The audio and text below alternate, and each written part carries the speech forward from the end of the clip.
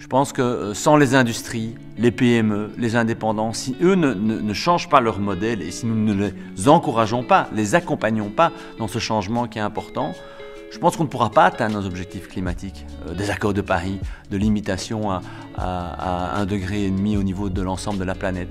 Je suis vraiment convaincu que les entrepreneurs, les industriels sont au cœur de cette transition et que si on n'arrive pas à les prendre avec nous, à leur dire voilà, on va faire ça ensemble en fait, qui est le défi de notre génération, de notre humanité, ce défi en tout cas à l'échelle 2030, 2050 pour la neutralité carbone, il faut qu'on le fasse ensemble. Et donc c'est vraiment un défi majeur, mais je pense vraiment que si on ne peut pas se dire main dans la main, comme avec d'autres secteurs, hein, mais si le secteur économique, main dans la main, ne peut pas aller vers ce défi, je pense qu'on passera à côté de quelque chose d'extrêmement important.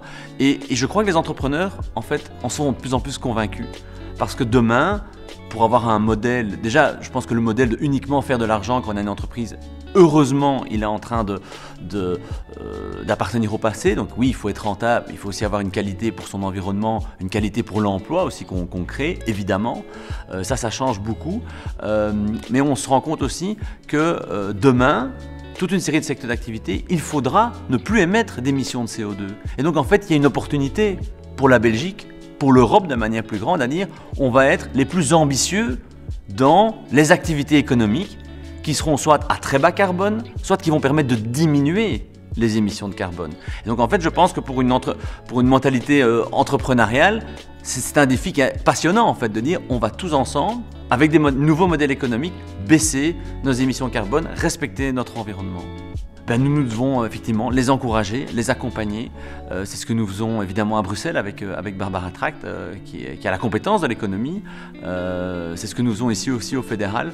Je pense qu'on doit pouvoir à la fois légiférer pour leur offrir un cadre législatif qui les encourage. Par exemple, de dire à un moment donné, eh bien, les entreprises qui ont le comportement le plus positif envers l'environnement et aussi envers leurs travailleurs doivent pouvoir être récompensées. Fiscalement, par des subsides, par des aides. C'est ce qu'on est en train de mettre en place à Bruxelles, par exemple.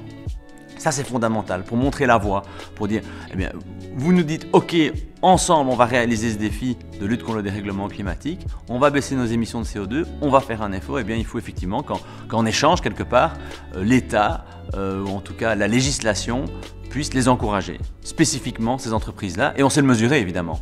Maintenant, d'année en année, on sait mesurer ce qu'une entreprise émet comme CO2, on sait mesurer comment une entreprise, quelque part, traite ses travailleurs, les conditions de travail, comme on peut mesurer le profit en euros. Mais donc ça, je pense que c'est vraiment notre rôle, accompagner. Il reste aussi persuadé, parce que certains ne comprennent pas encore vraiment l'ampleur de la transition qu'on va devoir faire. Donc là, il faut continuer, je dirais, aller avec un bâton de pèlerin pour les convaincre qu'il faut agir très fortement. Mais sinon, notre rôle, c'est vraiment d'encourager, de récompenser ceux qui prennent cette trajectoire.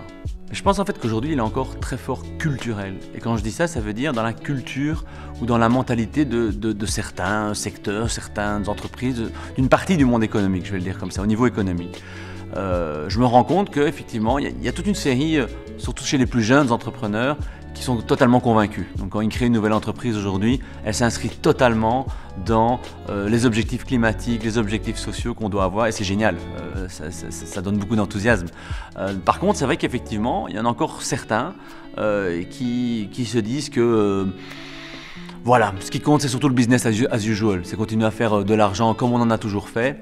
Et là, il faut aller convaincre, mais c'est pas toujours facile. On est parfois face à des conservatismes, en fait, très forts dans le monde économique.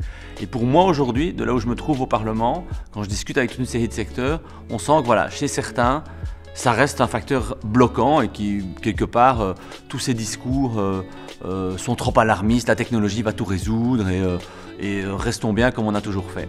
Pour moi, ça, aujourd'hui, c'est l'obstacle le plus important pour vraiment être encore plus ambitieux pour la transition économique.